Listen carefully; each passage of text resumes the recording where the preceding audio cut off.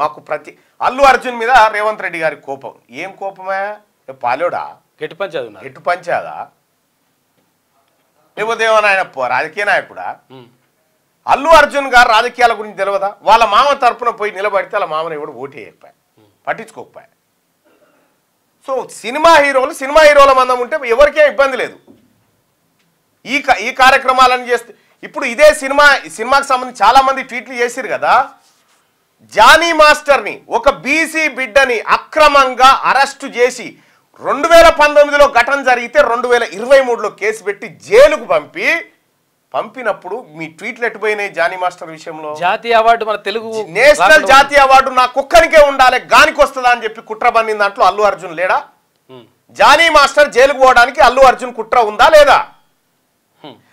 ఆయనకు మధ్యంతర bail court ఇస్తే వెంటనే నేషనల్ అవార్డు వెనక్కి తీసుకోండి అని చెప్పి లేఖ రాసింది వీళ్ళు కాదా? నిందితునికి అవార్డు వెనక్కి తీసుకుంటారా? అవసరం అట్లా? ఇప్పుడు ఈ కేసులో అల్లు అర్జున్ ముద్దాయి కాబట్టి నేషనల్ అవార్డు వెనక్కి ఇస్తాడా? అంటే అల్లు అర్జున్ గారు ఎనుకో ముందో కాలం మీ దాకా కూడా వస్తుంది. జైలు దాకా ఉన్నావు కదా, రాత్రి పన్నావు కదా జైల్లోనైతే, ఓ రోజు అయితే ఉన్నావు కదా. కాలం సమాధానం చెప్తుంది, కొన్నిటికి కాలం సమాధానం చెప్తుంది. నిజంగా ప్రభుత్వానికో ముఖ్యమంత్రి రేవంత్ రెడ్డి గారికో కోపమో దుష్మనో ఉంటే నీ షోకి ఎందుకు బెనిఫిట్ షోకి అనుమతిస్తారా? చల్ నడు ఎక్కడ నీకెట్ ఇచ్చేయడం అంటారు కదా. Public benefit. ఈ ప్రభుత్వాన్ని బదనాం చేయడానికి మీరు బీఆర్ఎస్ పార్టీ నాయకులతోని కలిసి భారతీయ జనతా పార్టీ నాయకులతో కలిసి ప్రభుత్వాన్ని బదనాం చేయాలంటే ఇక్కడ చూస్తూ కూర్చోవడానికి ఎవడు ఖాళీగా లేడు. చట్టం తన పంతాన్ని చేసుకుంటూ పోయింది, న్యాయస్థానం నీకు బెయిల్ ఇచ్చింది, బస్ అంతే. ఇంకా ఏమైతే ఏం సినిమాలే ఈ పుష్ప గురించి ఏం సినిమాలే అది? ఏం తయారు చేస్తావు? ఎర్రచందనం దొంగల ఏం సందేహం ఇస్తున్నావు? దానికి నేషనల్ అవార్డా? సందేశం ఏంది? జై భీమ్ సినిమా కదనే రావాల్సింది నేషనల్ అవార్డు. జై భీమ్ సినిమా రియాలిటీ, తమిళనాడులో జరిగినటువంటి ఒక యథార్థ ఘటన. జై భీమ్ సినిమాలో ఒక హేబియస్ కార్పస్ పిటిషన్ ద్వారా ఆ సినిమా వృత్తాంతం నడుస్తుంది. ఆ సినిమాలో చాలా అద్భుతం ఉంది, భారత రాజ్యాంగాన్ని ప్రతిబింబించింది. గదానే ఈ దొంగలకు అవార్డులు ఇచ్చుడేందా అని చర్చ జరిగింది అప్పట్లోనే. KGF అవార్డు, దీనికి అవార్డు, ఏది పుష్ప 2 అవార్డు, పుష్పక అవార్డు, ఇదా? అయినా కూడా మీ ఇష్టం, మీ సినిమా తీసుకున్నారు, ప్రేక్షకులు చూస్తున్నారు, వాళ్ళ ఇష్టం. ఓకే, మేము దాంట్లోకి రాదలుచుకోలేదు. కానీ బాధ్యత ఉంటుంది.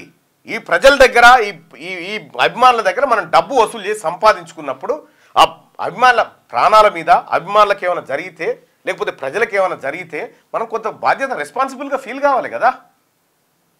ఇప్పుడు కరోనా సమయంలో చిరంజీవి గారు ఆక్సిజన్ సిలిండర్లు పంపిండు, ఆయనకు రాలేదు కదా అని ఊకోలే కదా, బాధ్యతతో చేసిండు ఆ పని, బాధ్యతతో ఆ పని చేసిండు. అటువంటి వాళ్ళ మీద గౌరవం ఉంటుంది సమాజానికి ఖచ్చితంగా.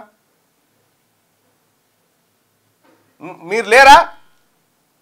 సుకుమారు నువ్వు ఇద్దరు కలిసి జానీ మాస్టర్ పైన అక్రమ కేసులు పెట్టించిన దాంట్లో మీ పాత్ర లేదా చెప్పురి. ఎవరున్నారు?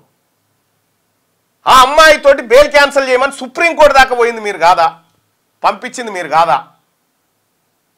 అంటే ఒక బీసీ సినీ కళాకారుడికి అన్యాయం, నీకు ఇంకో న్యాయమా? ఎటుపోయినో కేటీ రామారావు అలా పెట్టలేదు ట్వీటు. జానీ మాస్టర్కి అన్యాయం జరిగిందని పెట్టలేదు ఎందుకో. కానీ నిజంగా చాలా మంది అంటారు ఈ జానీ మాస్టర్ ఉసురు తగిలిందిరా అని చెప్పని అంటా ఉన్నారు. మొత్తం అవే కామెంట్లు, జానీ మాస్టర్ ఉసురు తగిలిందిరా వీళ్ళకి అని చెప్పి చెప్తా ఉన్నారు. అందుకోసమే అల్లు అర్జున్ గారికి నా సూచన ఏంటంటే సినిమా మందం హీరో ఓకే, బయట కూడా హీరో అని పరిశాన్ చేయకు. బయట చాలామంది ఈ భారతదేశానికి గుర్తింపు తీసుకొచ్చినటువంటి పిల్లగాడు చెస్ ఛాంపియన్ ఆయన హీరో. ఆ రోడ్డు మీద ట్రాఫిక్ నియంత్రణ చేస్తూ ప్రజల ప్రాణాలు కాపాడుతున్న కానిస్టేబుల్ హీరో. వాళ్ళు రియల్ హీరోసయా? ఇంకా కేటీ రామారావు గారికి ఆ రేసింగ్ దాంట్లో ఏదో నోటీసులో బీటీసీలో ఆ గవర్నర్ ఆదేశం ఇచ్చాడు, ఇక రేపో మాపో నోటీస్ పంపుతారు కదా. సేమ్ ఇదే తరీకాలో అల్లు అర్జున్ గారికి ఏదైతే ట్వీట్ల వర్షం గురించి ఏదైతే దుకాణమైందో సేమ్ నాకు అదే కావాలని అనుకుంటున్నాను.